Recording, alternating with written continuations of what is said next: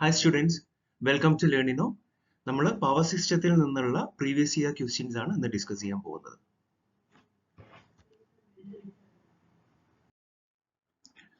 So calculate the inductance.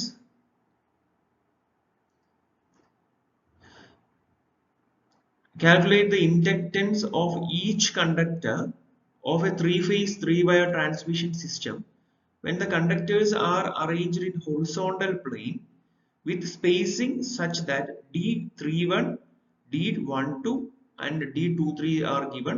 The conductors are transposed and have a diameter of 3 cm. അപ്പോൾ എന്താ പറഞ്ഞിരിക്കുന്നത് നോക്കാം. ഒരു ത്രീ വയർ ട്രാൻസ്മിഷൻ ലൈനിന്റെ ഓരോ കണ്ടക്ടറുടെയും ഇൻഡക്റ്റൻസ് കാൽക്കുലേറ്റ് ചെയ്യാനാണ് പറഞ്ഞിരിക്കുന്നത്. ആ കണ്ടക്ടേഴ്സ് എങ്ങനെ അറേഞ്ച് ചെയ്തിരിക്കുന്നത്? ഹൊറിസോണ്ടൽ പ്ലെയിനിലാണ് അറേഞ്ച് ചെയ്തിരിക്കുന്നത്. ഓരോ കണ്ടക്ടർ തമ്മിലുള്ള ഡിസ്റ്റൻസ് ഫസ്റ്റ് കണ്ടക്ടറും സെക്കൻഡ് കണ്ടക്ടറും തമ്മിലുള്ള ഡിസ്റ്റൻസ് 2 മീറ്റർ ആണ്. D23 സെക്കൻഡ് കണ്ടക്ടറും തേർഡ് കണ്ടക്ടറും തമ്മിലുള്ള ഡിസ്റ്റൻസ് വന്നിട്ടുണ്ട് 2 മീറ്റർ ആണ്. ഇനി ഫസ്റ്റ് കണ്ടക്ടറും തേർഡ് കണ്ടക്ടറും തമ്മിലുള്ള ഡിസ്റ്റൻസ് വന്നിട്ട് 4 മീറ്റർ ആണ്. ഈ കണ്ടക്ടേഴ്സ് ഒക്കെ ട്രാൻസ്പോസ് ചെയ്തിട്ടുണ്ട്. ഓരോ കണ്ടക്ടറിന്റെയും ഡയമീറ്റർ 3 സെന്റിമീറ്റർ ആണെന്ന് തന്നിട്ടുണ്ട്. അപ്പൊ നമുക്ക് ആദ്യം ഗിവൺ ഡീറ്റെയിൽസ് നോക്കാം. ഗിവൺ ഡീറ്റെയിൽസ് എന്താണ്? Diameter is equal to 3 centimetre ആണ്. അപ്പൊ 3 സെന്റിമീറ്റർ എന്ന് പറയുമ്പോൾ which is equal to 0.03 metre ആണ് വരിക. സോ റേഡിയസ് എന്ന് പറയുന്നത് ഡയമീറ്ററിന്റെ പകുതിയാണ്. വിച്ച് ഈസ് ഈക്വൽ ടു എത്ര വരുന്നുണ്ട്? സോ ഓൾമോസ്റ്റ് 0.015 മീറ്റർ ആണ്. അപ്പൊ അതവിടെ ഇരിക്കട്ടെ. ഇത് നമ്മളോട് പറഞ്ഞിരിക്കുന്ന അടുത്ത ഡീറ്റെയിൽസ്, ഈ കണ്ടക്ടർ എല്ലാം ഹൊറിസോണ്ടലി അറേഞ്ച് ചെയ്തിട്ടുണ്ടെന്നാണ് പറയുന്നത്. ഇത് ഫസ്റ്റ് കണ്ടക്ടർ ആണ്, this is second conductor, this is third conductor ആണെന്ന് വിചാരിക്കും. ഈ distance between the 1 and 2 conductor എന്ന് പറയുന്നത് 2 മീറ്റർ ആണ്. 2 and 3 conductor middle to middle, centre to centre എന്ന് പറയുന്നത് 2 മീറ്റർ ആണ്.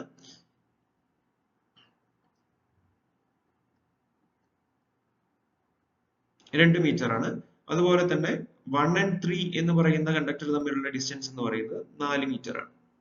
ഓക്കെ, പിന്നെ ഇൻഡക്റ്റൻസ് നമുക്ക് കാണണമെങ്കിൽ ഒരു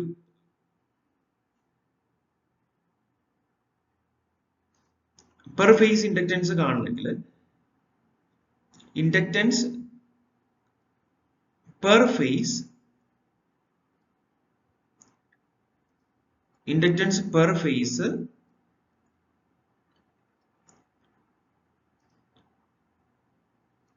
പെർ മീറ്റർ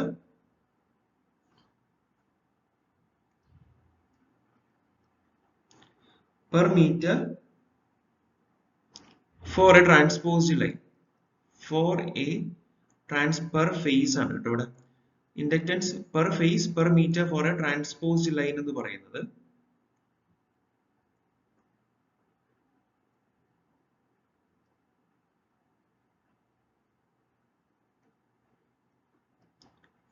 ലൈൻ്റെ ഇക്വേഷൻ എന്ന് പറയുന്നത് ഞാൻ ഇവിടെ മുകളിലോട്ട് എഴുതാം.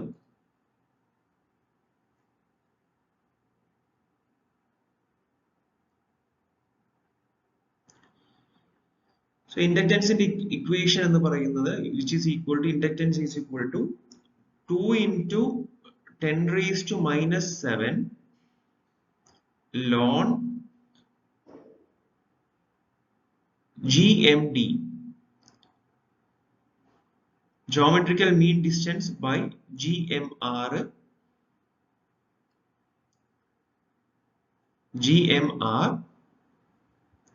അത്രയും ഹെൻറി പെർ മീറ്റർ ആണ് കേട്ടോ.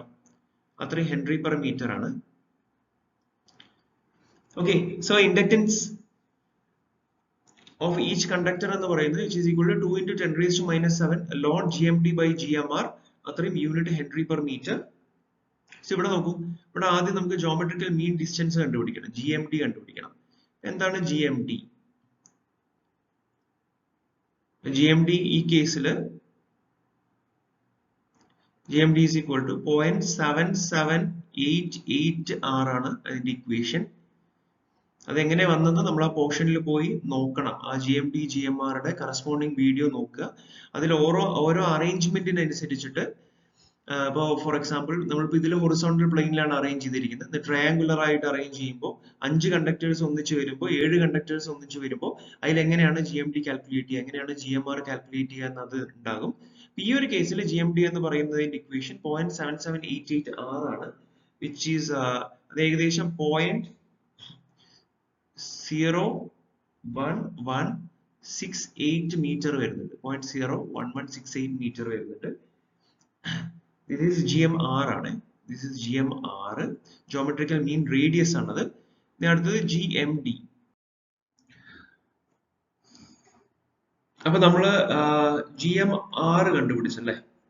ഇനി നമുക്ക് നെക്സ്റ്റ് കാണാനുള്ളത് GMD ആണ്. GMD ആണ്. Geometrical mean distance. Geometrical mean distance ആണ്. Which is equal to root of cube root ആണ്, which is equal to cube root of D12, D21 and D31, which is equal to cube root of എത്ര വരുന്നത് D12 എന്ന് പറയുന്നതും D23 എന്ന് പറയുന്നതും D23 ആണ്. This is D23. So it's equal to 2 into 4 ആണ്. The cube root of 2 into 2 into 4, which is equal to cube root of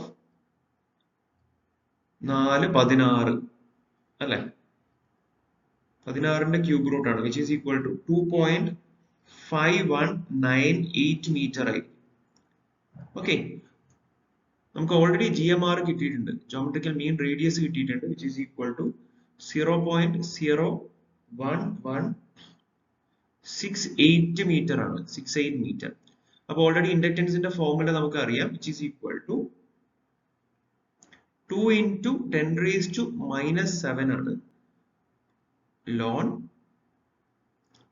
GMD by GMR.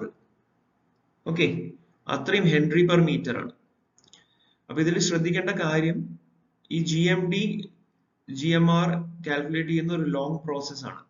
Okay, അത് നമ്മുടെ കണ്ടക്ടേഴ്സിന്റെ അറേഞ്ച്മെന്റ് അനുസരിച്ചിട്ട് GMR വേരി ചെയ്യും.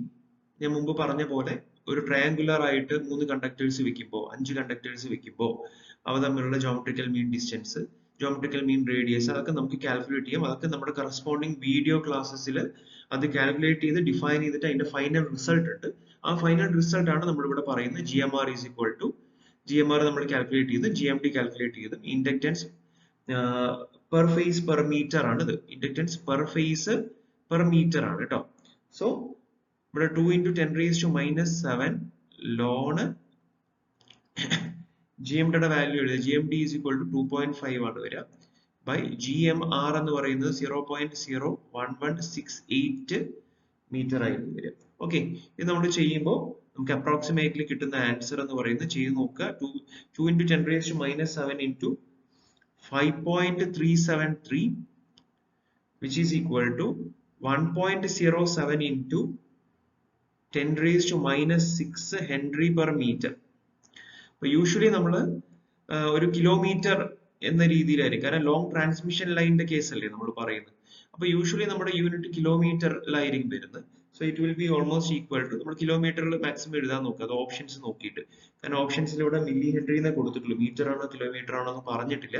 സോ നമുക്ക് long transmission line ആയതുകൊണ്ട് നമുക്ക് assume ചെയ്യാം അത് കിലോമീറ്ററിലായിരിക്കുമെന്ന് അസ്യൂം ചെയ്യാം.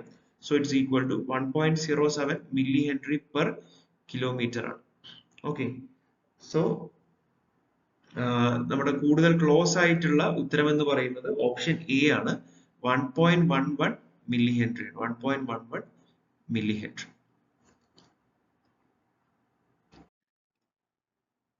അടുത്ത question, a 3-unit insulator string is fitted with a guard ring. The capacitance of the link pins to the metal work and guard ring can be assumed to be 15% and 5% of the capacitance of each unit. Determine the string deficiency എന്നാണ് ഇവിടെ പറഞ്ഞിരിക്കുന്നത്. Okay, അപ്പൊ ഈ question ഒരു tricky question ആണ്. മിക്കവാറും ഈ ഒരു ക്വസ്റ്റ്യൻ ക്യാൻസൽ ചെയ്യാൻ, നമ്മുടെ ഫൈനൽ ആൻസർ കീയിൽ ക്യാൻസൽ ചെയ്യാൻ ചാൻസ് ഉണ്ട്. കാരണം അതിന്റെ ഓപ്ഷൻ നമുക്ക് ആൻസർ എന്ന് പറയുന്നത് തന്നിരിക്കുന്നത് 86.5 ആണ്. അപ്പൊ അതൊന്ന് നമുക്ക് അനലൈസ് ചെയ്യാം. ഇതൊരു 3 യൂണിറ്റ് ഇൻസുലേറ്റർ സ്ട്രിംഗ് ആണ്. ഒരു ഗാർഡ് റിംഗും ഫിറ്റ് ചെയ്തിട്ടുണ്ട്. ലിങ്ക് പിന്ന് തൊട്ടിട്ട് മെറ്റൽ വർക്ക് വരെയും the capacitance of the link pins to the metal work and link pins to the guard ring അത് തന്നിട്ടുണ്ട്. വാല്യൂ 15%, 5% ആണ് of the capacitance of each unit എന്ന് പറഞ്ഞിട്ട്. അപ്പൊ ഏതാണ് ഈച്ച് യൂണിറ്റിന്റെ കപ്പാസിറ്റൻസ് എന്ന് പറയുന്നത്? സീരീസ് കപ്പാസിറ്റൻസ് ആണ്. അപ്പൊ നമുക്ക് നോക്കാം, ഒന്ന് വരച്ച് നോക്കാം. ഇത് നമ്മുടെ ടവർ ആണെന്ന് വിചാരിക്കും.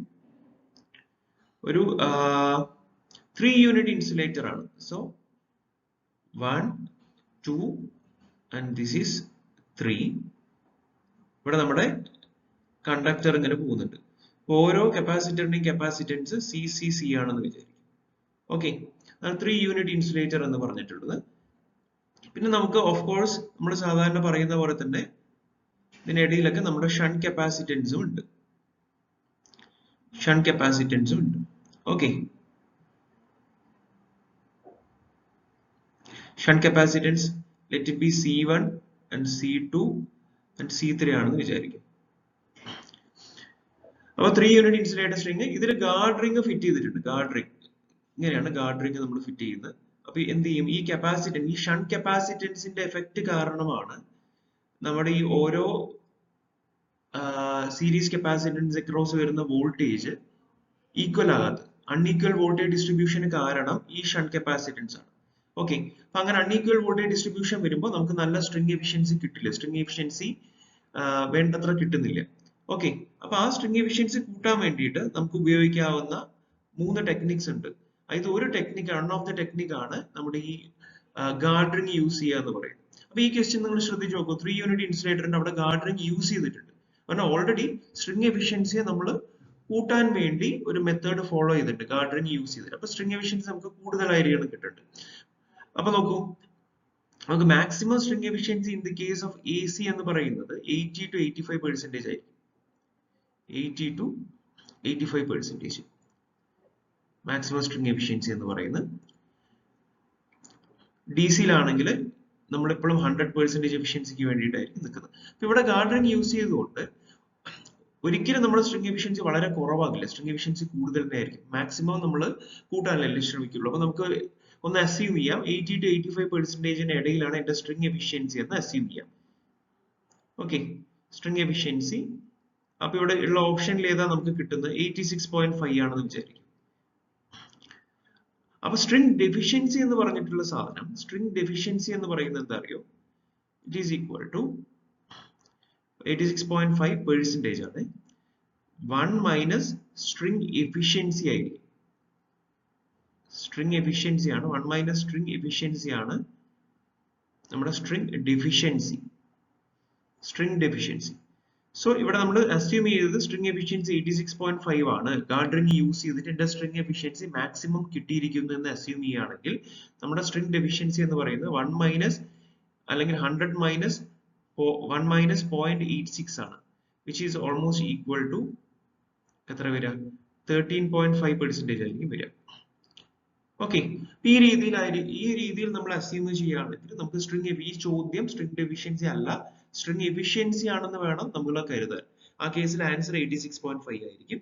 ഇനി സ്ട്രിംഗ് ഡെഫിഷ്യൻസി നമ്മൾ ചോദിക്കുകയാണെങ്കിൽ നമ്മൾ ആദ്യം സ്ട്രിംഗ് എഫിഷ്യൻസി കണ്ടുപിടിച്ചിട്ട് പിന്നെ അതിൽ നിന്ന് 1 മൈനസ് ചെയ്യണം. ഈ കേസിൽ സ്ട്രിംഗ് എഫിഷ്യൻസി കണ്ടുപിടിക്കുക എന്ന് പറയുമ്പോൾ അതൊരു ലോങ് പ്രോസസ് ആണ്. നമ്മൾ ഗാർഡ് റിംഗ്സ് വെച്ച് അതിന്റെ കപ്പാസിറ്റൻസ് വാല്യൂസ് ഒക്കെ നമ്മൾ നോക്കി ഇവിടെ കപ്പാസിറ്റൻസ് നമ്മൾ കണക്ട് ചെയ്ത് ആ കപ്പാസിറ്റൻസ് എന്താ ചെയ്യാന്ന് പറഞ്ഞു കഴിഞ്ഞാൽ നമുക്ക് ഓൾറെഡി ഉള്ള ഷണ്ട് കപ്പാസിറ്റൻസിന്റെ എഫക്റ്റിനെ നള്ളിഫൈ ചെയ്യും. അതുകൊണ്ട് തന്നെ ഈ ഗാർഡ് റിംഗ്സ് വെക്കുന്നതിലൂടെ ഓരോ സീരീസ് കപ്പാസിറ്റർ അക്രോസ് കിട്ടുന്ന വോൾട്ടേജ് നമുക്ക് ഈക്വൽ ആയിട്ട് ഓൾമോസ്റ്റ് ഈക്വൽ ആക്കാൻ പറ്റും. എല്ലാ കപ്പാസിറ്റൻസിലെയും സ്ട്രെസ് ഓൾമോസ്റ്റ് ഈക്വൽ ആക്കാൻ പറ്റും. അങ്ങനെ നമുക്ക് ഫെയിലിയറും ബ്രേക്ക് ഡൗൺ ഒക്കെ ഒഴിവാക്കാൻ പറ്റും. In short, by using guard rings we can improve the string efficiency. നമുക്ക് ഇംപ്രൂവ് ചെയ്യാൻ പറ്റും. ഓക്കെ, സോ ദിസ് ക്വസ്റ്റ്യൻ ആ സ്ട്രിംഗ് ഡെഫിഷ്യൻസി ആയിരിക്കില്ല, അത് മിക്കവാറും സ്ട്രിംഗ് എഫിഷ്യൻസി ആയിരിക്കും. ഇനി നമ്മൾ ഈ ഗാർഡ് റിംഗ്സ് ഒക്കെ വെച്ച് കാൽക്കുലേറ്റ് ചെയ്ത് കഴിഞ്ഞാൽ നമുക്ക് 86.5 കിട്ടില്ല. വാല്യൂ ഡിഫറെന്റ് ആയിട്ടാണ് നമുക്ക് കിട്ടുന്നത്. So here the question is string efficiency and let it be 86.5% and the string deficiency is 13.5%.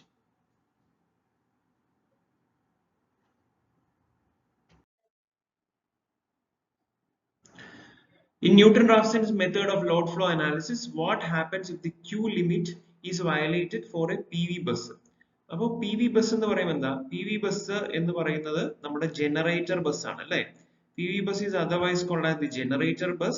ഈ ബസിന്റെ പ്രത്യേകത ഇവിടെ ആക്റ്റീവ് പവറും വോൾട്ടേജ് മാഗ്നിറ്റ്യൂഡും ആയിരിക്കും ഡിഫൈൻ ചെയ്തിട്ടുള്ള വാല്യൂസ്. ആക്റ്റീവ് പവർ P യും വോൾട്ടേജിന്റെ മാഗ്നിറ്റ്യൂഡും ആയിരിക്കും ഡിഫൈൻഡ് വാല്യൂസ് എന്ന് പറയുന്നത്. പിന്നെ generator bus defined values. Okay, defined values. അപ്പൊ എന്താ ക്വസ്റ്റ്യൻ എന്ന് നോക്കാം.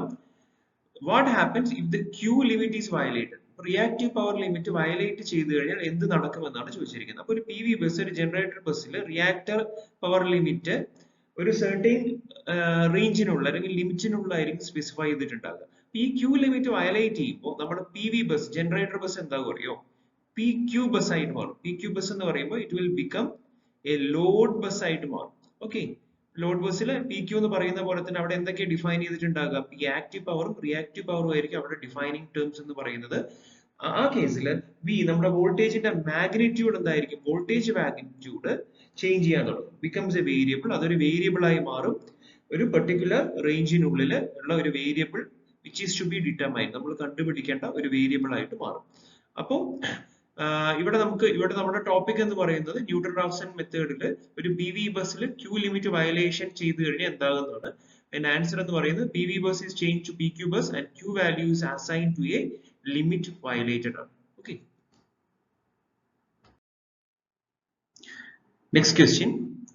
At fault point VA2 is equal to dash and Z0 is equal to dash എന്നാണ് ചോദിച്ചിരിക്കുന്നത്. എന്താണ് VA2 എന്ന് ആദ്യം നമ്മൾ നോക്കണം. VA2 എന്ന് പറയുന്നത് നെഗറ്റീവ് സീക്വൻസ് വോൾട്ടേജ് ആണ്. നെഗറ്റീവ് സീക്വൻസ് വോൾട്ടേജ് ആണ് VA2. Then Z0 എന്ന് പറയുന്നത് എന്താ? Z0 is equal to its zero sequence impedance. Zero sequence impedance. അപ്പൊ നമ്മളോട് ചോദിച്ചിരിക്കുന്നത് നെഗറ്റീവ് സീക്വൻസ് വോൾട്ടേജും സീറോ സീക്വൻസ് ഇംപെഡൻസും ആണ്. അപ്പൊ നെഗറ്റീവ് സീക്വൻസ് വോൾട്ടേജ് പറഞ്ഞാൽ എന്താ? Negative sequence voltage is equal to VA2 ആയിരിക്കും. നെഗറ്റീവ് സീക്വൻസ് വോൾട്ടേജ് എന്ന് പറയുന്നത് VA2 ആണ്. VA2 വോൾട്ടേജ് എന്ന് പറയുന്നത് negative sequence current into negative sequence impedance ആയിരിക്കും. ഇതിന്റെ നെഗറ്റീവ് സീക്വൻസ് കറന്റ് എന്ന് പറയുന്നത് IA2 ആണ് ഇൻറ്റു നെഗറ്റീവ് സീക്വൻസ് ഇംപെഡൻസ് എന്ന് പറയുന്നത് Z2 ആണ്. അപ്പൊ നമ്മുടെ ഓപ്ഷനിൽ ഏതാ വരുന്നത്? -Z2 ഇൻറ്റു IA2 ആയിരിക്കും. ഓക്കെ, അത് കഴിഞ്ഞു. ഇനി അടുത്തത് zero sequence impedance. Zero sequence impedance എന്ന് പറഞ്ഞിട്ടുള്ള സാധനം എന്താ അറിയോ? Total zero sequence impedance at fault point, ഗ്രൗണ്ടിനെ ഇൻവോൾവ് ചെയ്യുന്ന total zero sequence impedance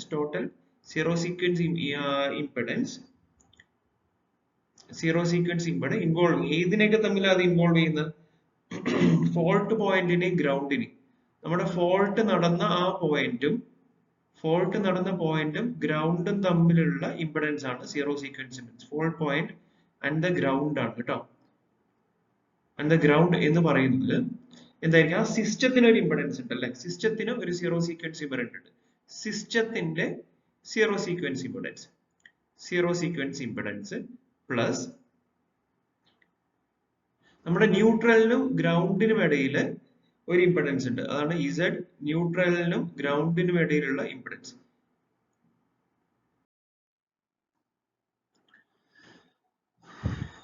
So അടുത്ത question. The power transmission network is shown in the figure 1. The following data represents the parameters of the system. XS 0.85 per unit, XT1, XT2 is equal to 0.157 per unit, XL1, L2 0.35 per unit, E is equal to 1.5 per unit, VL തന്നിട്ടുണ്ട് 1 per unit. എന്തൊക്കെ calculate ചെയ്യേണ്ടത്? Calculate the maximum power limit and steady state stability margin with indicated values of E and VL with the generator delivering 1 per unit power output stably എന്നാണ് പറഞ്ഞിരിക്കുന്നത്. അപ്പൊ എന്താ ചോദ്യം? ഒന്നുകൂടി analyse ചെയ്യാം. നമ്മുടെ പവർ ട്രാൻസ്മിഷൻ നെറ്റ്വർക്ക് അവർ തന്നിട്ടുണ്ട്. അതിന്റെ ഇൻപുട്ട് സൈഡിൽ നമുക്ക് എന്താ ഉള്ളത്? E എന്ന് കാണിക്കുന്ന ഒരു ജനറേറ്റർ ആണ്. T1 എന്ന് പറയുന്നത് ട്രാൻസ്ഫോമർ, ഇവിടെ T2 എന്ന് പറയുന്നത് ട്രാൻസ്ഫോമർ ആണ്. രണ്ട് ട്രാൻസ്മിഷൻ ലൈനിന്റെ റിയാക്റ്റൻസ് വാല്യൂ തന്നിട്ടുണ്ട്. ആദ്യത്തെ L1 എന്ന് പറഞ്ഞിട്ടുള്ള ട്രാൻസ്മിഷൻ ലൈനും L2 എന്ന് പറഞ്ഞിട്ടുള്ള ട്രാൻസ്മിഷൻ ലൈനും ഇവിടെ ലോഡ് വോൾട്ടേജിനെ VL എന്ന് കാണിച്ചിട്ടുണ്ട്. അതിന്റെയൊക്കെ വാല്യൂസ് തന്നിട്ടുണ്ട്. അപ്പോൾ നമ്മൾക്ക് കണ്ടുപിടിക്കാനുള്ളത് മാക്സിമം പവർ നമ്മൾ എത്രയാണ് ട്രാൻസ്ഫർ ചെയ്യുന്നത്, അതിന്റെ മാക്സിമം പവറിന്റെ ലിമിറ്റ് കണ്ടുപിടിക്കണം. സ്റ്റഡി സ്റ്റേറ്റിലുള്ള സ്റ്റെബിലിറ്റി മാർജിൻ എത്രയാണെന്നുള്ളത് കണ്ടുപിടിക്കണം. അത് നമുക്ക് എങ്ങനെയാണ് ചെയ്യാമെന്ന് നോക്കാം. ഫസ്റ്റ് വരുന്നത് maximum power limit. Maximum power limit P max എന്ന് പറഞ്ഞിട്ടുള്ള സാധനം പി മാക്സ് ആണ്. Maximum power limit P max is equal to നമ്മുടെ ജനറേറ്ററുടെ സൈഡിലുള്ള EMF അല്ലെങ്കിൽ ജനറേറ്റർ വോൾട്ടേജ്, അതിന്റെ മാഗ്നിറ്റ്യൂഡ് ഇൻറ്റു നമ്മുടെ ലോഡ് വോൾട്ടേജിന്റെ മാഗ്നിറ്റ്യൂഡ് ബൈ ടോട്ടൽ റിയാക്റ്റൻസ് ആണ്. ഈ ടോട്ടൽ സിസ്റ്റത്തിന്റെ റിയാക്റ്റൻസ്, ഇൻപുട്ട് സൈഡിൽ നിന്ന് ഔട്ട്പുട്ട് സൈഡ് വരെയുള്ള റിയാക്റ്റൻസ് ആണ് XT എന്ന് പറഞ്ഞിട്ടുള്ള സാധനം. ഓക്കെ, സോ എക്സ് ടോട്ടൽ എന്തൊക്കെ വരും? XT എന്ന് പറഞ്ഞിട്ടുള്ളത് ആദ്യം വരുന്ന ജനറേറ്ററിന്റെ അവിടെയുള്ള റിയാക്റ്റൻസ് കാൽക്കുലേറ്റ് ചെയ്യണം. അതിന്റെ കൂടെ ട്രാൻസ്ഫോമറിന്റെ റിയാക്റ്റൻസ് XT1, പിന്നെ ലൈനിന്റെ റിയാക്റ്റൻസ്. ഇവിടെ ലൈൻ റിയാക്റ്റൻസ് രണ്ട് വാല്യൂസ് പാരലൽ ലൈൻസ് ആയതുകൊണ്ട് ലൈൻ റിയാക്റ്റൻസ്, ആദ്യത്തെ ലൈനിന്റെ റിയാക്റ്റൻസ് പാരലൽ ടു രണ്ടാമത്തെ ലൈനിന്റെ റിയാക്റ്റൻസ് ആണ് വരുന്നത്.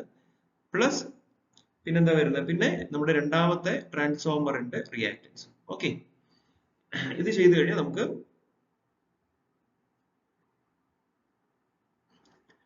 ടോട്ടൽ റിയാക്റ്റൻസ് വാല്യൂ കിട്ടും. So total reactance value is equal to, നമുക്ക് വാല്യൂ സബ്സ്റ്റിറ്റ്യൂട്ട് ചെയ്യാം. XG-യുടെ അവിടെ വരുന്നത് എന്താ? 0.85 plus XT1 and XT2 is equal to 0.157 plus XL1 and XL2 parallel എങ്ങനെ നമ്മൾ ചെയ്യുക? പാരലൽ ചെയ്യുന്നത് 0.35 ഇൻറ്റു, അപ്പൊ R1 പാരലൽ ടു R2 ആണെങ്കിൽ R1 R2 by R1 plus R2 അല്ലേ?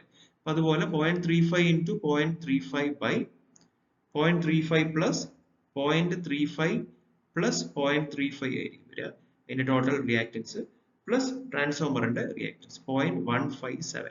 ഓക്കെ, ഇത് നമ്മൾ ചെയ്യുമ്പോൾ നമുക്ക് ടോട്ടൽ വരുന്ന XT എന്ന് പറയുന്നത് X total is equal to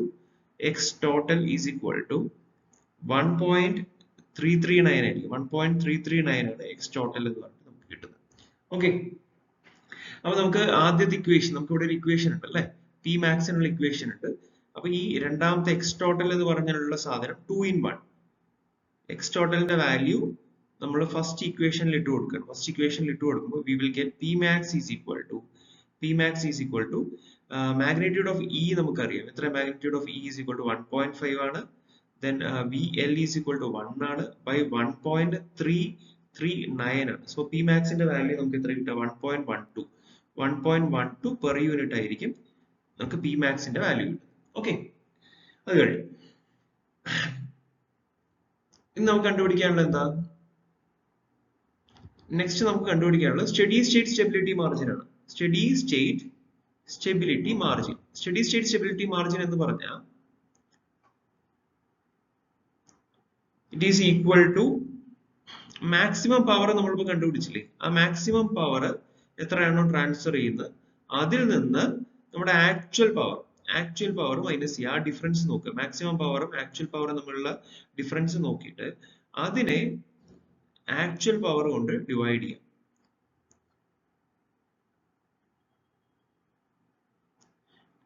maximum power minus actual power divided by actual power into 100%. ഈ ഡിനോമിനേറ്റർ ശ്രദ്ധിക്കണം, ഡിവൈഡഡ് ബൈ ആക്ച്വൽ പവർ ആണ്. ആക്ച്വൽ പവറുമായിട്ടാണ് നമ്മൾ കമ്പയർ ചെയ്യുന്നത്. സോ ഹിയർ എത്ര വരുന്നത്? Maximum power is equal to 1.12 ആണ്. ആക്ച്വൽ പവർ അവിടെ നമുക്ക് തന്നിട്ടുണ്ട്, delivering 1 per unit output power എന്ന് തന്നിട്ടുണ്ട്. സോ 1.12 മൈനസ് 1/1 ആണ് into 100%.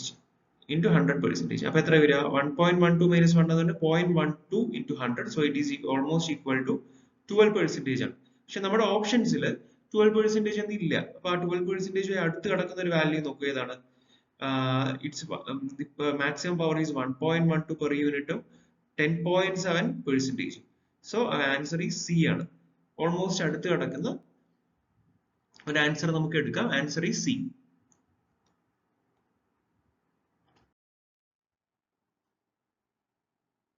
A 100 MVA 50 Hz alternator operate at its rated speed. The H constant അല്ലെങ്കിൽ inertia constant of the machine is 5 kilowatt second per kVA. The load suddenly increases by load പെട്ടെന്ന് കൂടി by 50 megawatt. Due to delay in governor action, there is a delay of 0.6 second In the opening of steam valves, find the frequency deviation. അപ്പോൾ എന്താണ് question എന്ന് നോക്കാം. ഒരു 100 MVA 50 hertz alternator അതിന്റെ rated സ്പീഡിൽ work ചെയ്യുന്നുണ്ട്. ഇനേർഷ്യ കോൺസ്റ്റന്റ് തന്നിട്ടുണ്ട് 5 kW/s/kVA എന്ന് തന്നിട്ടുണ്ട്. ലോഡ് പെട്ടെന്ന് കൂടുക. ആ കേസിൽ എത്ര വെച്ചാണ് കൂടിയിരിക്കുന്നത്? 50 മെഗാവാട്ട് വെച്ചിട്ട്. അപ്പൊ എന്താകും? അതിന്റെ ഗവർണർ ആക്ഷനിൽ ഈ ലോഡ് കൂടുന്നതിനനുസരിച്ചിട്ട് ഒരു ഡിലേ വരും. ആ ഡിലേ എത്രയാണെന്ന് തന്നിട്ടുണ്ട്. ഡിലേ ടൈം 0.6 സെക്കൻഡ് എന്ന് തന്നിട്ടുണ്ട്. എന്തിനുള്ള ഡിലേ? അത് സ്റ്റീം വാൾവ് ഓപ്പൺ ചെയ്യാനുള്ള ഡിലേ. ഈ കേസിൽ ഫ്രീക്വൻസി ഡീവിയേഷൻ കണ്ടുപിടിക്കുക എന്നാണ് ചോദ്യം. അപ്പൊ നമുക്ക് ഗിവൺ ഡീറ്റെയിൽസ് നോക്കാം. ഗിവൺ ഡീറ്റെയിൽസ് എന്ന് പറഞ്ഞിട്ടുള്ളത് ഒന്ന് വരുന്നത് നമ്മുടെ അപ്പാരന്റ് പവർ ആണ്. Apparent rated value, rated apparent power എന്ന് പറഞ്ഞിട്ടുള്ളത് ഇറ്റ്സ് 100 MVA. ഓക്കെ, പിന്നെ ഫ്രീക്വൻസി തന്നിട്ടുണ്ട്. ഫ്രീക്വൻസി എന്ന് പറഞ്ഞിട്ടുള്ളത് ഈസ് 50 ഹെർട്സ് ആണ് തന്നിരിക്കുന്നത്. Then H constant, inertia constant is equal to 5 തന്നിട്ടുണ്ട്. Then load suddenly increases. അപ്പോൾ change in load ആണ് വരിക. Change in load P load delta P load എന്ന് പറഞ്ഞിട്ടുള്ള എത്ര? 50 മെഗാവാട്ട് ആണ്. 50 മെഗാവാട്ട്. Then time delay തന്നിട്ടുണ്ട്. TD എന്ന് പറഞ്ഞിട്ടുള്ള അല്ലെങ്കിൽ delay time TD is equal to 0.6 second എന്ന് തന്നിട്ടുണ്ട്. ഓക്കെ, അപ്പൊ നമ്മൾ ഈ ഒരു പോർഷൻ ഓൾട്ടർനേറ്ററും the topic എന്ന് പറയുന്നത് എന്താ topic? Frequency deviation of an alternator, frequency deviation in alternator in response to sudden load change ആണ്. sudden load change in response to sudden load change ഉള്ള frequency deviation of the alternator ആണ് നമുക്ക് കണ്ടുപിടിക്കാനുള്ളത്. അത് ആ alternator അതിന്റെ load change, frequency deviation, stability എന്ന പോർഷനിൽ നമുക്കൊരു ലെങ്തി പ്രൂഫ് ഉണ്ടാകും. അതിൽ നിന്ന് നമുക്ക് ഫൈനൽ റിസൾട്ട് കിട്ടും. എന്താ കിട്ടുക? Frequency deviation. ആ ടോപ്പിക് നമ്മൾ നോക്കിയാൽ മതി. അറ്റ്ലീസ്റ്റ് ഈ ഒരു ഫോർമുല എങ്കിലും നമ്മൾ, ഈ ഒരു പ്രൂഫ് എങ്കിലും നമ്മൾ പഠിച്ചു വെക്കുക. ഈ ഒരു ഫോർമുല എങ്കിലും നമ്മൾ ബൈ ഹാർട്ട് ചെയ്ത് വെക്കുക. ഇപ്പൊ ഡെൽറ്റ എഫ് ഫ്രീക്വൻസി ഡീവിയേഷൻ എന്ന് പറഞ്ഞിട്ടുണ്ട്. ഡെൽറ്റ അല്ലെങ്കിൽ ചേഞ്ച് ഇൻ ലോഡ് ആണ് വരിക. ലോഡ് പവറിൽ വരുന്ന change into T into time അല്ലെങ്കിൽ delay time into delay time by 2 into inertia constant into the rated apparent power ആണ്. rated apparent power into frequency ആയിരിക്കും വരിക. സോ നമ്മളിവിടെ സബ്സ്റ്റിറ്റ്യൂട്ട് ചെയ്യുക. എന്താണ്? Change in frequency is equal to delta P load നമുക്കറിയാം അല്ലെ, 50 megawatt ആണ് വരിക. 50 megawatt into delay time 0.6 second ആണ് വരിക by 2 into 5 5 megawatt 5 kilowatt megawatt second, അതെല്ലാം നോക്കുക. യൂണിറ്റ് എഴുതുക. ഇൻറ്റു അപ്പാരന്റ് പവർ റേറ്റഡ് എന്ന് പറയുന്നത് ഇവിടെ എത്ര വരും? 100 MVA ആണ് വരിക. 100 MVA ആണ് വരിക. സോ നമുക്ക് ഏകദേശം നമ്മുടെ ചേഞ്ച് ഇൻ ഫ്രീക്വൻസി വാല്യൂ എന്ന് പറയുന്നത് നമുക്ക് പ്ലസ് 1.5 ഹെർട്സ് കിട്ടും. പ്ലസ് 1.5 ഹെർട്സ് ആയിരിക്കും നമുക്ക് ചേഞ്ച് ഇൻ ഫ്രീക്വൻസി വാല്യൂ കിട്ടും, അല്ലെങ്കിൽ ചേഞ്ച് ഇൻ ഫ്രീക്വൻസി കിട്ടുന്നത്. ഓക്കെ, അപ്പൊ എന്താണ് പെർസെന്റേജ്? നമ്മുടെ ഓപ്ഷൻസ് നോക്കൂ. ഓപ്ഷൻസ് എല്ലാം തന്നിരിക്കുന്നത് പെർസെന്റേജിലാണ്. സോ നമ്മളിവിടെ കണ്ടുപിടിക്കേണ്ടത് പെർസെന്റേജ് ഫ്രീക്വൻസി ഡീവിയേഷൻ ആണ് കണ്ടുപിടിക്കേണ്ടത്. പെർസെന്റേജ് ഫ്രീക്വൻസി ഡീവിയേഷൻ എന്ന് പറഞ്ഞിട്ടുണ്ടെങ്കിൽ it's is equal to change in frequency, അല്ലെങ്കിൽ ഫ്രീക്വൻസിയിൽ വന്ന deviation in compared to the original frequency into 100 ആയിരിക്കും വരിക. സോ ഇവിടെ ചേഞ്ച് ഇൻ ഫ്രീക്വൻസി പറയുന്നത് 1.5 ആയിരിക്കും വരിക. ഒറിജിനൽ ഫ്രീക്വൻസി എത്ര? Original frequency is equal to 50 ആണ്. 50 into 100. So answer will be 150 by 50 is almost 3 hertz in അടുത്തായിരിക്കും വരിക. So next question is, a generator transformer unit feeds an infinite bus bar as shown in the figure 2 through a transmission line. At the midpoint of the transmission line, a three-phase inductor of 0.5 per unit is connected. The generator EMF behind synchronous reactance is 1.1 per unit and the voltage at the infinite bus bar is 1 per unit. Okay, നമുക്ക് കണ്ടുപിടിക്കാനുള്ളത് find the steady state power limit when the inductor is open and closed respectively. Inductor is open and inductor is closed respectively. ഒന്നുകൂടി നോക്കാം. ഒരു generator transformer unit ഉണ്ട്. അതൊരു infinite bus ബാറിനെ feed ചെയ്യുന്നുണ്ട്. ഒരു transmission ലൈനിലൂടെ feed ചെയ്യുന്നുണ്ട്. ഇവിടെ നോക്കൂ, ഇതാണ് ജനറേറ്റർ ഉണ്ട്, ഒരു ട്രാൻസ്ഫോമർ ഉണ്ട്, ഇവിടെ ഒരു ഇൻഫൈനൈറ്റ് ബസ് ബാറിന്റെ ട്രാൻസ്മിഷൻ ലൈനിലൂടെ ഫീഡ് ചെയ്യുന്നുണ്ട്. ഓക്കെ, ജനറേറ്ററിന്റെ EMF behind the synchronous reactance 1.1 per unit ആണ് തന്നിട്ടുണ്ട്. അതാണ് E എന്ന് ഇവിടെ കാണിച്ചിരിക്കുന്നത്. Okay, and infinite bus and the voltage at the infinite bus ബാറിന്റെ വോൾട്ടേജ് 1 പെർ യൂണിറ്റ് ആണെന്ന് തന്നിട്ടുണ്ട്. സ്റ്റഡി സ്റ്റേറ്റ് പവർ ലിമിറ്റ്, ഇതിനിടയിൽ നോക്കിയ ഒരു ഇൻഡക്റ്റൻസ് ഉണ്ട് കണ്ടോ, J.5 എന്ന് പറയുന്ന പെർ യൂണിറ്റ്. ഇവിടെ എർത്തിലോട്ടായിരിക്കും, ഗ്രൗണ്ടിലോട്ട് ഇങ്ങനെ കണക്ട് ചെയ്തിട്ടുള്ള J.5 എന്ന് പറഞ്ഞിട്ടുള്ള ഇൻഡക്റ്റൻസ് ഉണ്ട്. ആ ഇൻഡക്റ്റൻസ് നമ്മുടെ ഈ ഇൻഫൈനൈറ്റ് ബസ് ബാറിന്റെ ഈ പോയിന്റിനെ ഞാൻ ലെറ്റ് ഇറ്റ് ബി A എന്ന് എഴുതാം. ഓക്കെ, അപ്പോ എയുമായി കണക്ട് ചെയ്യുമ്പോൾ കണ്ടീഷനിലുള്ള സ്റ്റഡി സ്റ്റേറ്റ് പവർ ലിമിറ്റും അത് ഓപ്പൺ ആയിരിക്കുന്ന കണ്ടീഷനിലുള്ള പവർ ലിമിറ്റും ക്ലോസ് ആയിരിക്കുന്ന, ഈ സ്വിച്ച് ക്ലോസ് ആയിരിക്കുന്ന കണ്ടീഷനിലുള്ള പവർ ലിമിറ്റും കണ്ടുപിടിക്കാനാണ് ചോദ്യം. ഓക്കെ, നമുക്ക് എങ്ങനെ ചെയ്യാമെന്ന് നോക്കാം.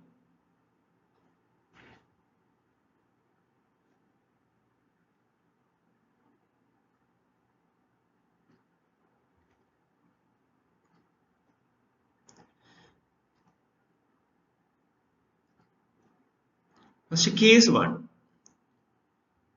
1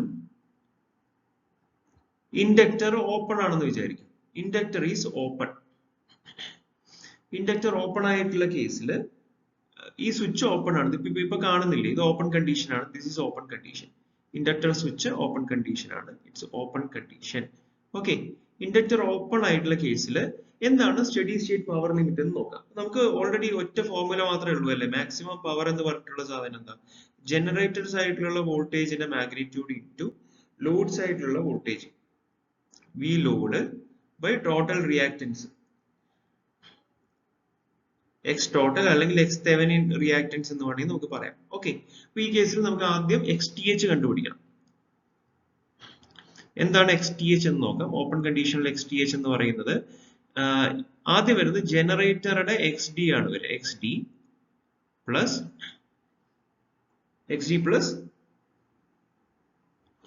ഈ ട്രാൻസ്ഫോമറിന്റെ അവിടെയുള്ള റിയാക്ടൻസ് J.2 പ്ലസ് ഇവിടെയുള്ള J.2 ആണ്.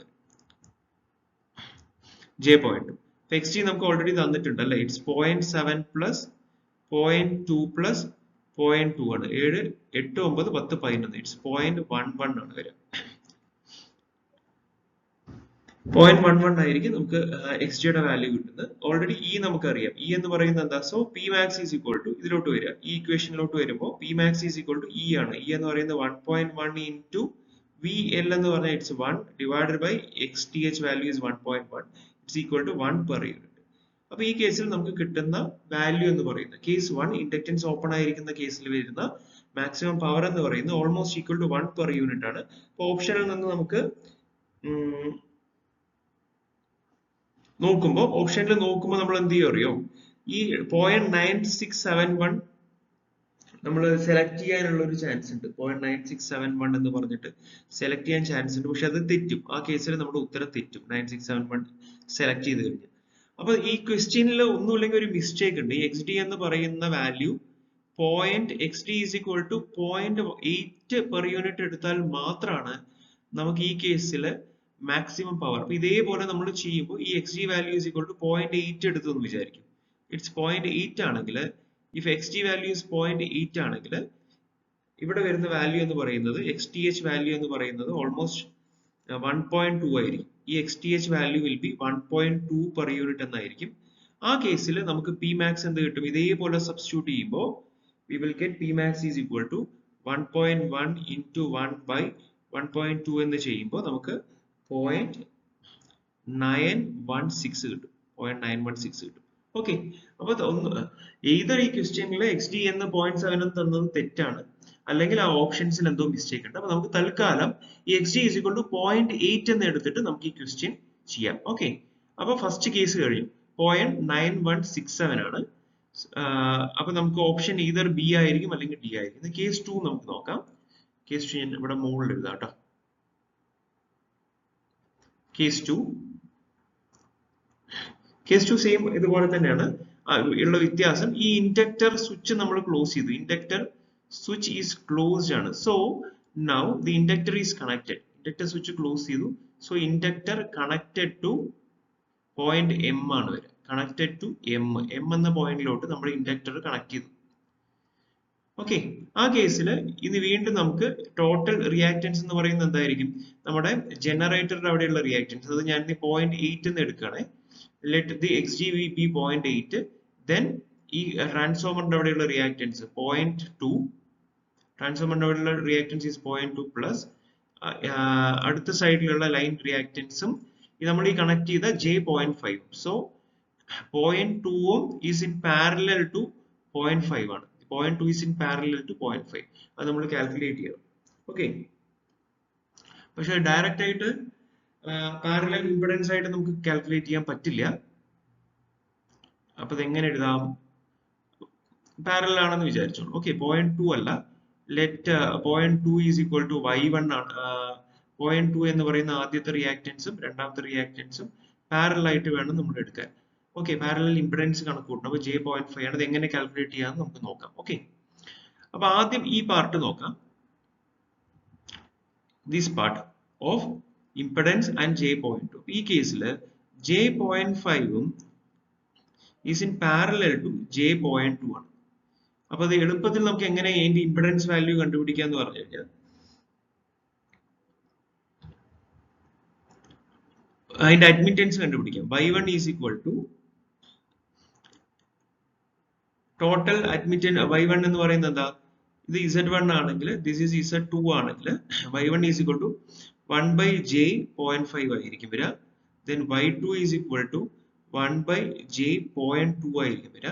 then total admittance is equal to y1 plus y2 which is equal to minus J7 ആയിരിക്കും വരിക. so total impedance is equal to എത്ര വരിക? 1 by minus J7 ആണ് വരിക. so total impedance will be equal to J.142 something ആയിരിക്കും വരിക. J.142,857 something ആയിരിക്കും നമ്മുടെ ടോട്ടൽ ഇംപെഡൻസ് വരുന്നത്. ടോട്ടൽ ഇംപെഡൻസ് അല്ല, ഈ എക്സ്ട്രാ നമ്മൾ കണക്ട് ചെയ്ത ഇംപെഡൻസും ഇൻഫൈനൈറ്റ് ബസ് ബാറിന്റെ ഇംപെഡൻസിന്റെയും കോമ്പിനേഷൻ.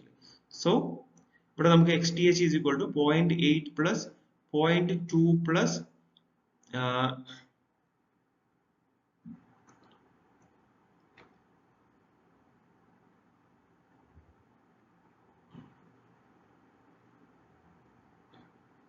2 plus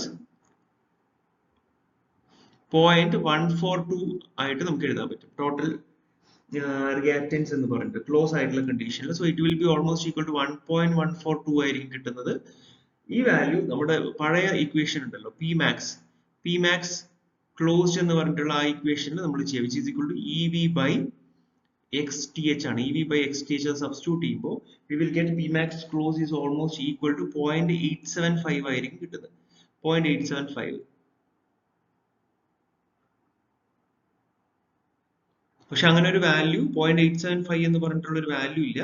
നമുക്ക് മുന്നേ കിട്ടിയ റിസൾട്ട് പ്രകാരം either നമ്മുടെ ആൻസർ ബി ആയിരിക്കണം അല്ലെങ്കിൽ നമ്മുടെ ആൻസർ എന്ന് പറയുന്നത് ഡി ആയിരിക്കണം. 875 എന്ന് പറയുമ്പോൾ ഹയസ്റ്റ് വാല്യൂ ആണല്ലോ. ഇതിലുള്ള ഹയസ്റ്റ് വാല്യൂ നമുക്ക് സെലക്ട് ചെയ്യാം. 0.6875 എന്ന വാല്യൂ സെലക്ട് ചെയ്യാം. സോ ആൻസർ ഈസ് ബി ആയിരിക്കും വരും. B is our answer.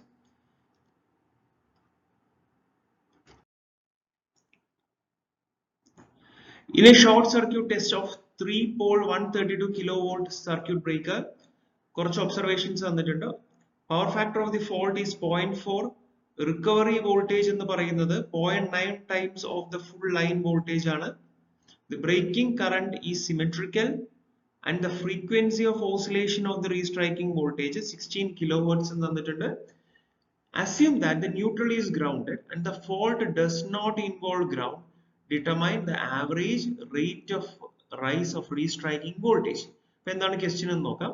ഒരു 3-pole 132 kilovolt സർക്യൂട്ട് ബ്രേക്കറിൽ ഷോർട്ട് സർക്യൂട്ട് ടെസ്റ്റ് ചെയ്യുമ്പോൾ കുറച്ച് കാര്യങ്ങൾ നമുക്ക് കിട്ടുന്നുണ്ട്. ഫോൾട്ടിന്റെ പവർ ഫാക്ടർ എന്ന് പറയുന്നത് 0.4 ആണ്. റിക്കവറി വോൾട്ടേജ് ഫുൾ ലൈൻ വോൾട്ടേജിന്റെ റിക്കവറി വോൾട്ടേജ് ഫുൾ ലൈൻ വോൾട്ടേജിന്റെ 0.9 ടൈംസ് ആണ്. ബ്രേക്കിംഗ് കറന്റ് സിമെട്രിക്കലും ഫ്രീക്വൻസി റീസ്ട്രൈക്കിംഗ് വോൾട്ടേജിന്റെ ഓസിലേഷൻസിന്റെ ഫ്രീക്വൻസി 16 kilohertz ആണെന്ന് തന്നിട്ടുണ്ട്. ന്യൂട്രൽ ഗ്രൗണ്ട് ചെയ്തിട്ടുണ്ട്. അതുപോലെ ഫോൾട്ട് ഗ്രൗണ്ടിനെ ഇൻവോൾവ് ചെയ്യുന്നില്ല. ഗ്രൗണ്ട് ഫോൾട്ട് അല്ല, ഗ്രൗണ്ടുമായി ബന്ധപ്പെട്ട ഫോൾട്ട് അല്ല എന്ന് തന്നിട്ടുണ്ട്. ഓക്കെ, അപ്പൊ നമുക്ക് ആദ്യം ഗിവൺ ഡീറ്റെയിൽസിലോട്ട് പോവാം. റിക്കവറി വോൾട്ടേജ് വി റിക്കവറി ലൈന് line voltage is equal to 0.9 times നമ്മുടെ ഫുൾ ലൈൻ ടു ലൈൻ വോൾട്ടേജിന് 9 ടൈംസ് ആണെന്ന് പറഞ്ഞിട്ടുണ്ട്. ഓക്കെ, അപ്പോ നമ്മുടെ 0.9 ഇൻറ്റു 132 കിലോ വോൾട്ട് ആണ്. Okay, V recovery phase value നമുക്ക് നോക്കാം. V recovery phase is 0.9 into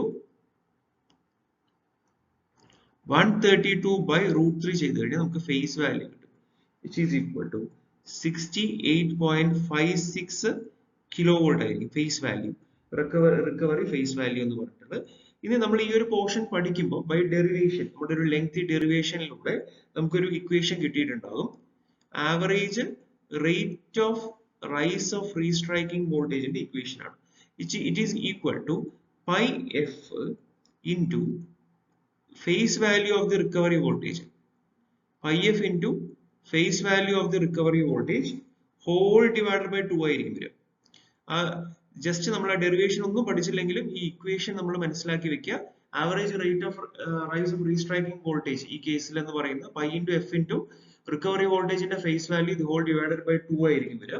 so here pi into f എന്താ വരിക, എഫിന്റെ വാല്യൂ 16 കിലോ ഹെർട്സ് ആണ്. സോ 16 ഇൻറ്റു 10⁻³ ആണ് വരിക. റിക്കവറി ഫേസ് വാല്യൂ എന്ന് പറയുന്നത് 68.56 ഇൻറ്റു കിലോ വോൾട്ട് ആയതുകൊണ്ട് 10⁻³ അത്രയും വോൾട്ട്സ് ആണ്. ദി ഹോൾ ഡിവൈഡഡ് ബൈ 2 ആയിരിക്കും. ഇത് ചെയ്യുമ്പോൾ നമുക്ക് കിട്ടുന്ന വാല്യൂ, ഈ പൈനെ നമുക്ക് 3.14 എന്ന വാല്യൂ എടുക്കാം. So the rate of rise of restriking voltage average is equal to 8.566 kilovolt per microsecond, kilovolt per microsecond. So the answer is C ആണ്. Option C is answer. Option C is the answer. So next question.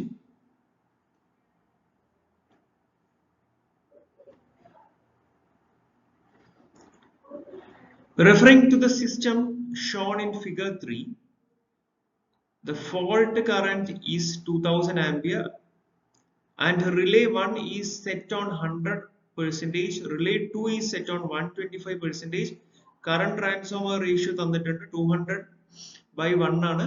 For discrimination, the tie grading margin between the relays is 0.5 second. Determine the time of operation. Determine the time of operation of 2 relays, assuming that both the relay have the characteristic as shown in the figure 4 and the relay number 1 has a time multiplier setting of 0.2. And the question, figure 3 ൽ ഒരു system തന്നിട്ടുണ്ട് അല്ലേ? എന്തൊക്കെ system നോക്കൂ. ഒരു current transformer ഉണ്ട്, relay ഉണ്ട്. ആ റിലേ സെറ്റിംഗ് 125 100% എന്ന് തന്നിട്ടുണ്ട്. ഒരു 2000 ആംപിയർ ഫോൾട്ട് നടന്നിട്ടുണ്ട്. അതിന്റെ പ്ലഗ് സെറ്റിംഗ് മൾട്ടിപ്ലയറും അതുമായി കറസ്പോണ്ടിങ് ആയിട്ടുള്ള ടൈമും, ആ പ്ലഗ് സെറ്റിംഗ് മൾട്ടിപ്ലയറിന് കറസ്പോണ്ടിങ് ആയിട്ടുള്ള ടൈമും കൂടി ചേർത്ത്, ദിസ് ഇസ് ടി ആണ് വരിക, ടൈമും കൂടി ചേർത്തിട്ട് ഒരു കർവും തന്നിട്ടുണ്ട്. ഓക്കെ, അപ്പൊ പറഞ്ഞിരിക്കുന്നത് ദി ഫോൾട്ട് കറന്റ് തന്നിട്ടുണ്ട് 2000 ആംപിയർ, ഇവിടെ കാണിച്ചിട്ടുണ്ട്. Fault current is equal 2000 ampere. Relay 1 set ചെയ്തിരിക്കുന്നത് 100%ലാണ്. റിലേ 2 ഈസ് സെറ്റ് അറ്റ് 125% ആണ്. കറന്റ് ട്രാൻസ്ഫോമറുടെ റേഷ്യോ 200:1 തന്നിട്ടുണ്ട്. ഒരു ടൈ ഗ്രേഡിംഗ് മാർജിൻ ഉണ്ട്. ഈ രണ്ട് റിലേസിനും ഇടയിൽ ഒരു ടൈം ഗ്രേഡിംഗ് മാർജിൻ അല്ലെങ്കിൽ ഒരു ടൈം ഡിലേ എന്ന് വേണമെങ്കിൽ പറയാം, അല്ലെങ്കിൽ ഒരു ടൈം ഡിഫറൻസ് ഉണ്ട്, ഒരു ബാക്കപ്പ്, ഒരു മാർജിൻ ഉണ്ട്. ടൈമുകൾ തമ്മിൽ ഇതിന്റെ ഓപ്പറേഷനിൽ ഒരു മാർജിൻ വരുന്നുണ്ട്. ആ ടൈ ഗ്രേഡിംഗ് മാർജിൻ എത്രയാണ് ഇവിടെ വരുന്നത്? 0.5 സെക്കൻഡ് ആണ്. നമ്മൾ കണ്ടുപിടിക്കാനുള്ളത് റിലേ 1ന്റെയും റിലേ 2യുടെയും ടൈം ഓഫ് ഓപ്പറേഷൻ ആണ് കണ്ടുപിടിക്കേണ്ടത്. ഇനി റിലേ നമ്പർ 1ന്റെ ടൈം മൾട്ടിപ്ലയർ സെറ്റിംഗ്, റിലേ 1ന്റെ time multiplier setting is equal to 0.2 എന്ന് തന്നിട്ടുണ്ട്. ടൈം മൾട്ടിപ്ലയർ സെറ്റിംഗ് 0.2 എന്ന് തന്നിട്ടുണ്ട്. നമുക്ക് അനലൈസ് ചെയ്യാം. നമ്മൾക്ക് സർക്യൂട്ട് ബ്രേക്കർ റിലേ പഠിക്കുമ്പോൾ നമുക്ക് അറിയാമല്ലേ, അതിന്റെ plug setting multiplier, fault current തന്നിട്ടുണ്ട്, current transformer ratio, plug setting തന്നിട്ടുണ്ടെങ്കിൽ അതിന്റെ PSM പ്ലഗ് സെറ്റിംഗ് മൾട്ടിപ്ലയർ എന്ന് പറഞ്ഞിട്ടുള്ള സാധനം is equal to, plug setting multiplier എന്ന് പറഞ്ഞിട്ടുള്ള ഈസ് ഈക്വൽ എന്താ വരിക? Is equal to fault current ആണ് വരിക. Fault current by current transformer ratio, fault current by current transformer ratio into plug setting ആണ്. It's fault current by current transformer ratio into flux setting നമ്മൾ ചെയ്തു കഴിഞ്ഞാൽ flux setting multiplier കിട്ടും. So here the fault current എന്ന് പറയുന്നത് എത്രയാ 2000 ആണ്. current transformer ratio 200/1 200 എന്ന് ഇടാം into flux setting multiplier.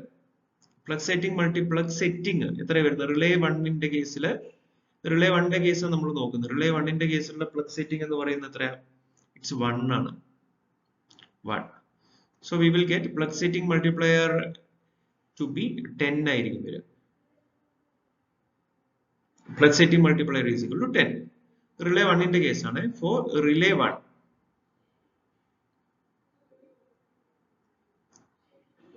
For relay 1.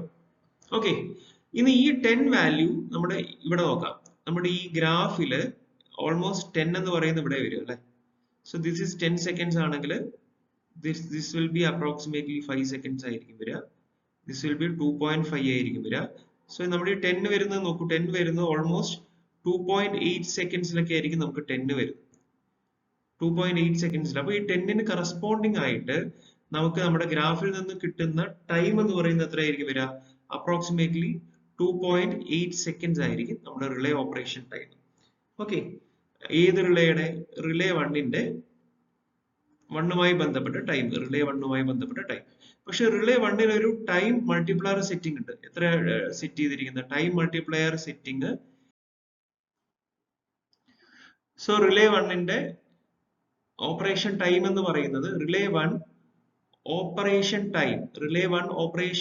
Time is equal to അതിന്റെ എത്രയാണോ ടൈം മൾട്ടിപ്ലയർ സെറ്റ് ചെയ്തിരിക്കുന്നത് ഇൻടു അതിന്റെ PSM പ്ലഗ് സെറ്റിംഗ് മൾട്ടിപ്ലയറുമായി ബന്ധപ്പെട്ട ടൈം. നമുക്കിപ്പോ കിട്ടിയത് എത്രയാ 2.8 സെക്കൻഡ്സ് ആണ് അല്ലെ. സോ ടൈം മൾട്ടിപ്ലയർ സെറ്റിംഗ് ഇതിന്റെ കേസിൽ എത്രയാണ് റിലേ 1ന്റെ കേസിൽ ഈസ് 0.2 ആണ് വരിക ഇൻടു 2.8 സെക്കൻഡ്സ് ആയിരിക്കും വരുന്നത് റിലേ 1ന്റെ operation time. So operation time of the relay will be 0.56 seconds ആയിരിക്കും. ഓക്കെ, ഇനി റിലേ 2ന്റെ ഓപ്പറേഷൻ ടൈം. അപ്പൊ റിലേ 2യുടെ ഓപ്പറേഷൻ ടൈം എത്രയായിരിക്കും relay 2 operation time will be ഈ റിലേ 1ന്റെ ഓപ്പറേഷൻ ടൈമിൽ നിന്ന് ഒരു ടൈ ഗ്രേഡിംഗ് മാർജിൻ കൊടുത്തിട്ടുണ്ട് അല്ലെ 0.5 സെക്കൻഡ്സിന്റെ ടൈ ഗ്രേഡിംഗ് മാർജിൻ. ഇപ്പൊ റിലേ 1ന്റെ ഓപ്പറേഷൻ ടൈമിന്റെ കൂടെ നമ്മുടെ ഒരു ഡിലേ അവിടെ പറഞ്ഞിട്ടുണ്ട് എത്രയാ 0.5 സെക്കൻഡ്സിന്റെ ടൈ ഗ്രേഡിംഗ് മാർജിൻ അല്ലെങ്കിൽ ഒരു ഡിലേ കൊടുത്തിട്ടുണ്ട്. സെക്കൻഡ് റിലേ ഓപ്പറേറ്റ് ചെയ്യാനുള്ള ഡിലേ ആണ് 0.5 സെക്കൻഡ് എന്ന് പറഞ്ഞിട്ടുള്ളത്. അത് ആദ്യത്തെ ഡിലേയുടെ ഓപ്പറേഷൻ ടൈമിന്റെ കൂടെ കൂട്ടിക്കഴിഞ്ഞാൽ നമ്മൾക്ക് 1.06 സെക്കൻഡ്സ് എന്ന് കിട്ടും 1.06 സെക്കൻഡ്സ് എന്ന് കിട്ടും. So our answer is option A ആണ്. Answer is option A 0.56 second and 1.06 second.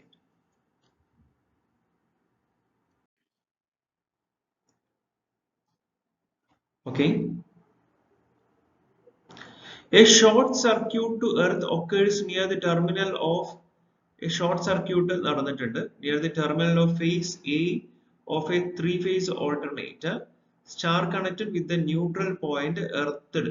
അപ്പൊ നോക്കിയേ ഇവിടെ നമ്മുടെ three phase okay with star connected with the neutral point earth. The current to the earth is 1000 amperes if the alternator does not supply any normal current.